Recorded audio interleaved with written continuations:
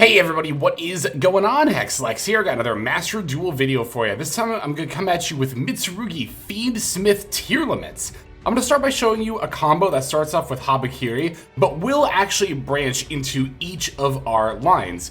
One thing that's worth noting about this deck, you can obviously open with any of your engines, but if you open with Mitsurugi or Fiendsmith engines, you want to cycle through those before you start doing Tearlaments stuff, because we want to thin our deck out as much as possible before we actually start milling. So we're going to lead with Habakiri, and we are going to special summon from deck the Saji, and then we'll tribute it. This will of course trigger the Saji's effect, and now we can add the Mitsurugi ritual from deck to hand.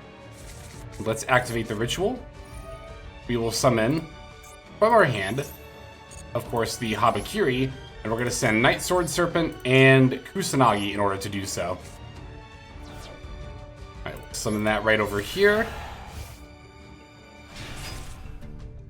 Alright, and now we can activate, of course, both these effects. We're going to do Chain Link 1 Kusanagi in order to add back the ritual, and then Chain Link 2 Night Sword Serpent. Of course, we'll do it in that order, as always, to play around Ghost Spell. Here's the Serpent. And the ritual back to our hand, which we will then subsequently activate yet again and summon from deck. Excuse me. Alright, let's tribute the Habakiri and summon the Murakumo. This will, of course, trigger the Habakiri to activate. And we're going to add prayers from deck to hand. I know we already have one here, but let's just pretend we didn't open one. And then we'll summon the Habakiri back to our field. Alright, we're going to activate prayers. We're going to do tribute a monster, yes. We're going to tribute the Murakumo, because we have not used the tribute effect of that yet. And we are, of course, going to do both effects. So let's add Aramasa from deck to hand. Take 800, and then we can special summon our Saji from the graveyard. And then, of course, Murakumo will revive by its own effect. And we can even add another copy of prayers to add to our end board for later. Alright, so now we've cycled out most of the Mitsurugi cards from our deck. So let's pivot into Fiendsmith for a second here. We're going to make Moon of the Closed Heaven using our Saji and Night Sword Serpent, which of course we will then be turning into Fiendsmith's Requiem. Alright, let's go ahead and activate the Requiem effect. And we'll summon Lacrima from our deck. This is all pretty standard, like Fiendsmith and Mitsurugi stuff so far, but you will see shortly how it pivots into Tearlaments plays. We're of course going to send an Engraver off the Lacrima, and then revive the Engraver off its effects by putting back Moon of Closed Heaven.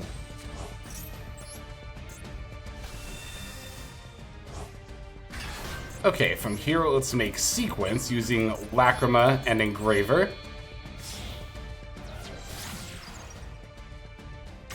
Activate Sequence effect. We're going to fusion summon Fiendsmith's Lacrima, and we're just going to put back the Requiem and Lacrima Crimson Tears. Doesn't super matter. We just need to make a rank 6 here.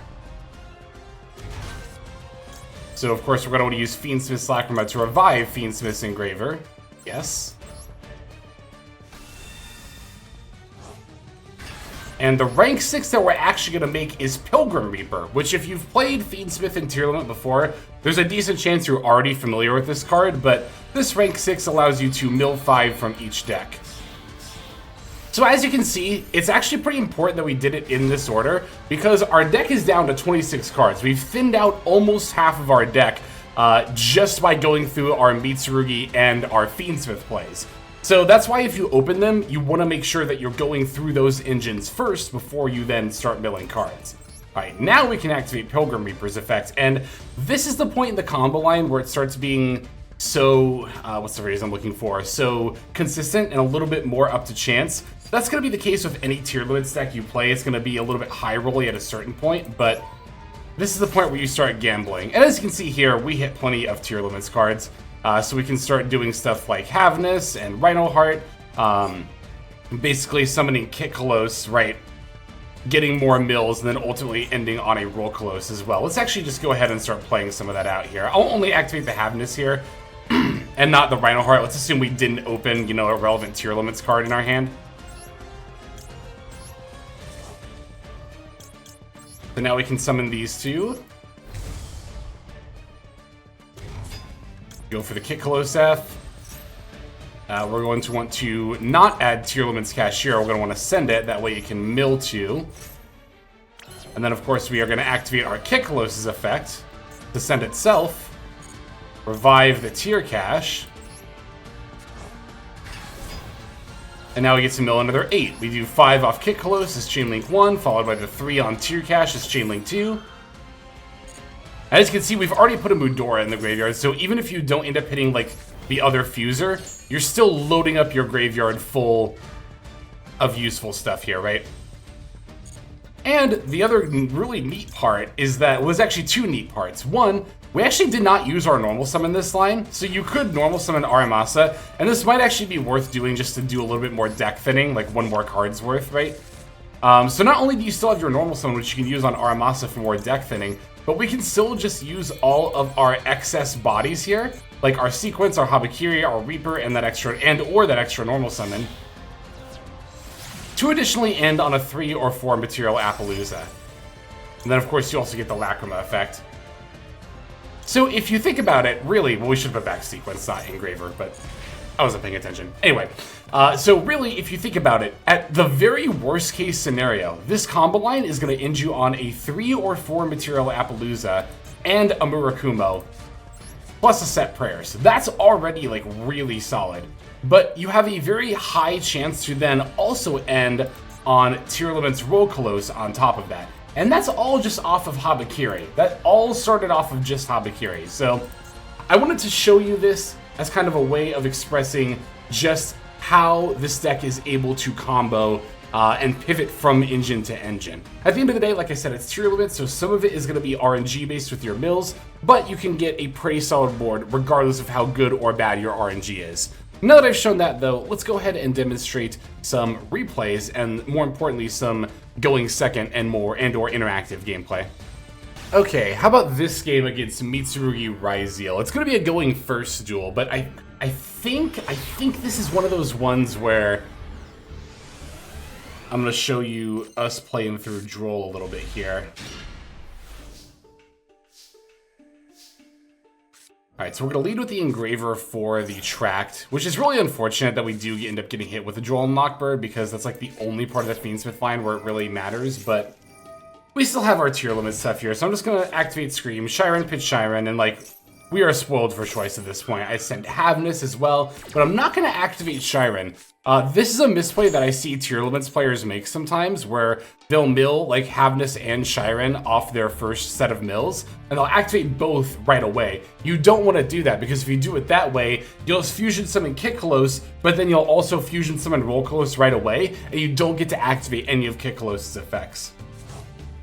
So I'm not going to be activating Shiren here. I also want to make sure that I'm activating Havness specifically and not Shiren, because I can still activate Shiren's effect by detaching it off of Time Thief Redoer later. Now here my opponent is going to use an Imperm on my Kitkalos. That will stop me from not only milling off this effect, but then I can't use the second effect either. So at this point, we're just going to pivot right back into Fiendsmith plays, using our 2 bodies to make Moon of Closed Heaven. This game actually does do a pretty good job of demonstrating, you know, just how flexible this deck can be as you play into hand traps, right? Again, that Joel and Lockbird, like if I led with prayers during draw phase would have been fine, but if I had led with, like,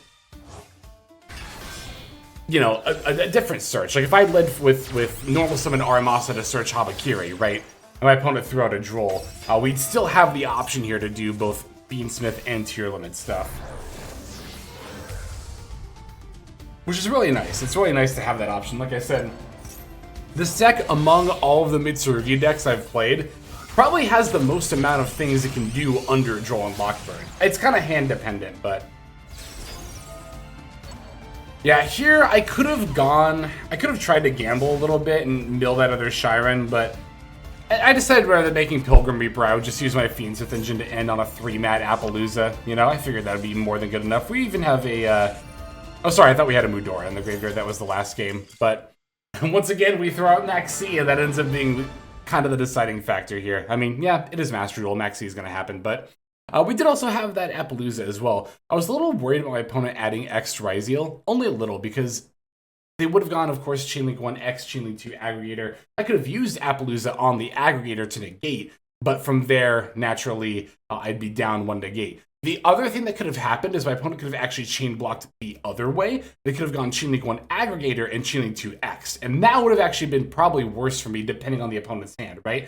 Because I could have gone Appaloosa negate X Surge, but then they're chain blocking their Aggregator negate, which will always stop my Appaloosa. And then if they have one more extender in their hand, then they can just go full Ryzeal combo. But thankfully, for me here, my opponent did not feel like playing through Max C. I feel like they were really still in an advantageous position to win this game, but I'll take an easy dub. Let's go ahead and on to the next game here.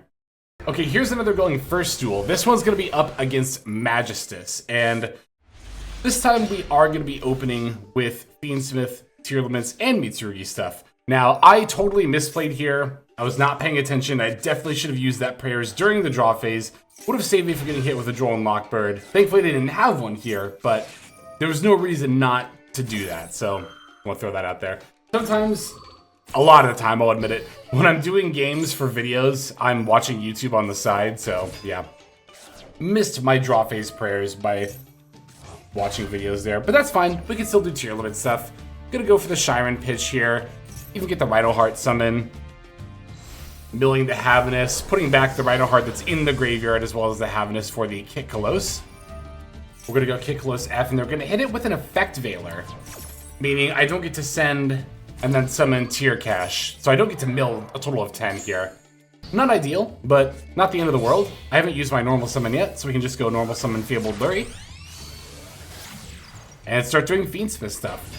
I want to do Fiendsmith stuff before I go into a Time Thief Redoer, which I will in a moment here, but namely, I wanted to make sure that I was getting the Kick Kalos in the graveyard for when I make Roll Kalos.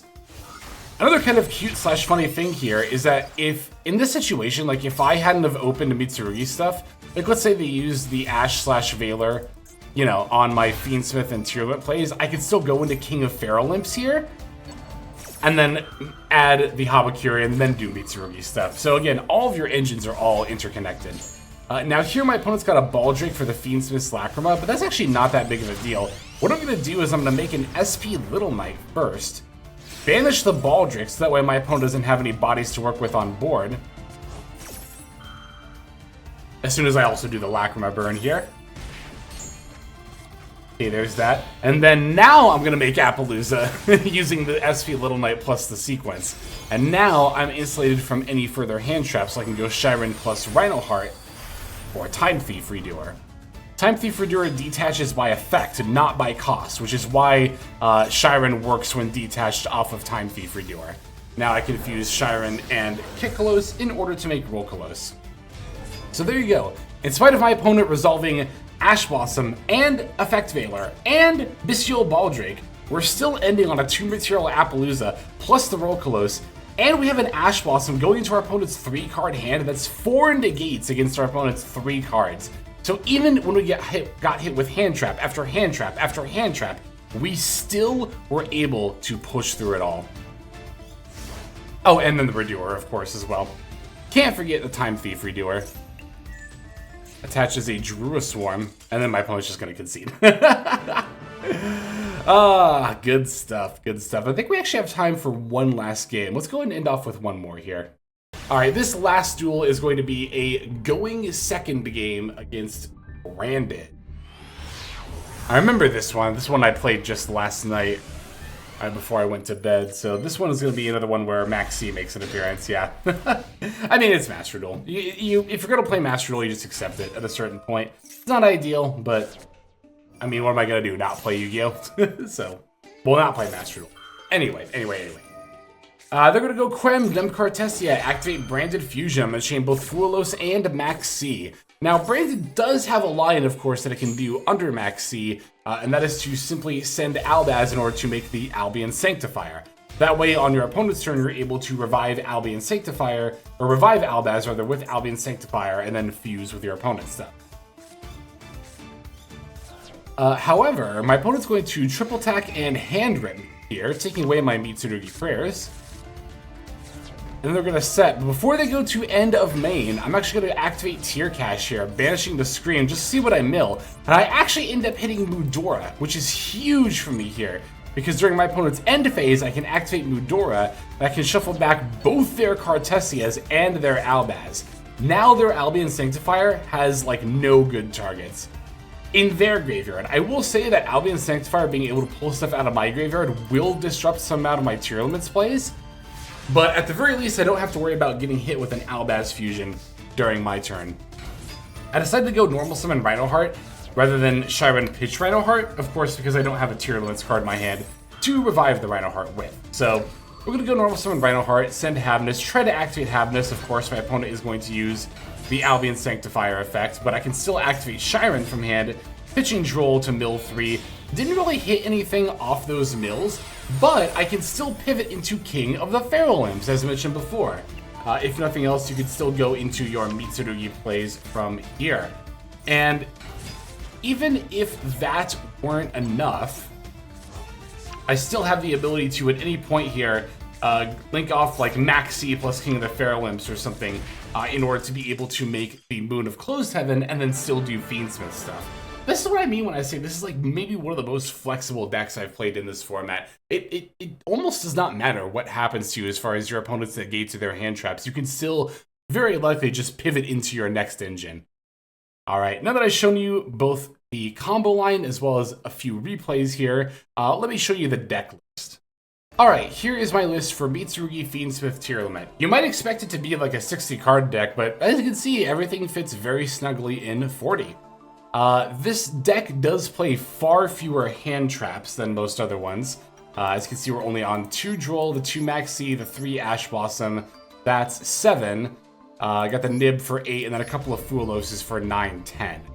So, yeah, I mean, it's Tearlaments. Tearlaments always plays fewer hand traps than other decks because it can just push through a lot naturally, right? Like, even if you go second and you don't open any hand traps, especially in a deck like this, if you have no hand traps, you probably opened so much engine that you're just going to push through whatever your opponent has anyway, right? Let's see. For our Fiendsmith engine, we have Lurie, Lacrima, 2 Engraver Tract. That's pretty standard. For the Mitsurugi engine, also very standard. We have, like, you know, one of each of Kusanagi, Saji, Aramasa. We got the Nightsword Serpent, 3 Habakiri, 1 Murakumo, 3 Prayers, 1 Ritual, and that's our lineup there. As well as, of course, the King of the Feral Imps in the extra deck. So, yeah, at that point, it's really just Tearlament stuff. And even then, Nightsword Serpent, you would play in Tearlaments anyway, because this will summon itself when milled as well. So, that's always a nice little bonus there. But, yeah, between King of the Feral Imps and, you know, Moon of the Closed Heaven, it's really easy to pivot between your engines. In a perfect world, I would also be playing Lina and Chorozo. That way, if we opened to Fiendsmith stuff and nothing else, we could still pivot into Mitsurugi plays. But I mean, if you open Fiendsmith stuff and nothing else, you can still, like, make a Pilgrim Reaper and go gambling, right? So, there's always that. Oh, one thing I forgot to mention during the combo line. Oh, that I really meant to. Shoot, that was really bad of me to not mention this. But if you're in a situation like I was during the main combo line where you mill off Pilgrim Reaper and you still haven't hit any Tearlament plays, you could then overlay Habakiri plus Murakumo into Zombie Vampire as well and mill even more cards if you are really desperate to hit Tearlament stuff. Yeah, I really should have mentioned that during the combo line. Maybe I'll throw in like an annotation there or something. Hopefully I remember to. But yeah, this is the list here. And there's a ton of different ways you could play it. You could very easily go up to 60 cards with this if you wanted to. But I thought everything fit very nicely into 40, so I just went with a build more like this. Hopefully you all enjoyed this Tearlaments variant, and yeah, got plenty more deck primers on the way. I know a lot of it has been Mitsurugi stuff, of course, with the new meta, but I do still have non-Mitsurugi stuff coming as well. Like, I think I don't know exactly when this video is going out, but I'm pretty sure Pearly, we're going to cover that after this video. So, among other decks too, of course. Anyway, thanks as always for watching. Super appreciate ya. But that's going to do it for now. Let's go ahead and move on to our outro. Hey everybody, Hexlex here. Thank you so very much for watching all the way to the very end of the video, which by the way is one of the best ways to support the channel. Speaking of supporting the channel, take a look at the names on screen. These are folks who have been so generous as to either join as a YouTube member or subscribe over on patreon.com/Hexlex to support. There's also perks for doing so. If you would like to see YouTube videos early, as well as some exclusive videos that get uploaded to YouTube, but for one reason or another I decide not to publish, definitely go ahead and hit that join button to see content early, as well as some exclusive content. If you're looking for more exclusive content, over on patreon.com, I upload exclusive videos that are not posted on YouTube just about every single day. Whether you choose to subscribe over on Patreon, join as a YouTube member, or simply continue to watch, your support is greatly appreciated. Thank you so very much. But for now, this is Hexlex. I am signing out, and I hope that you have a fantastic day.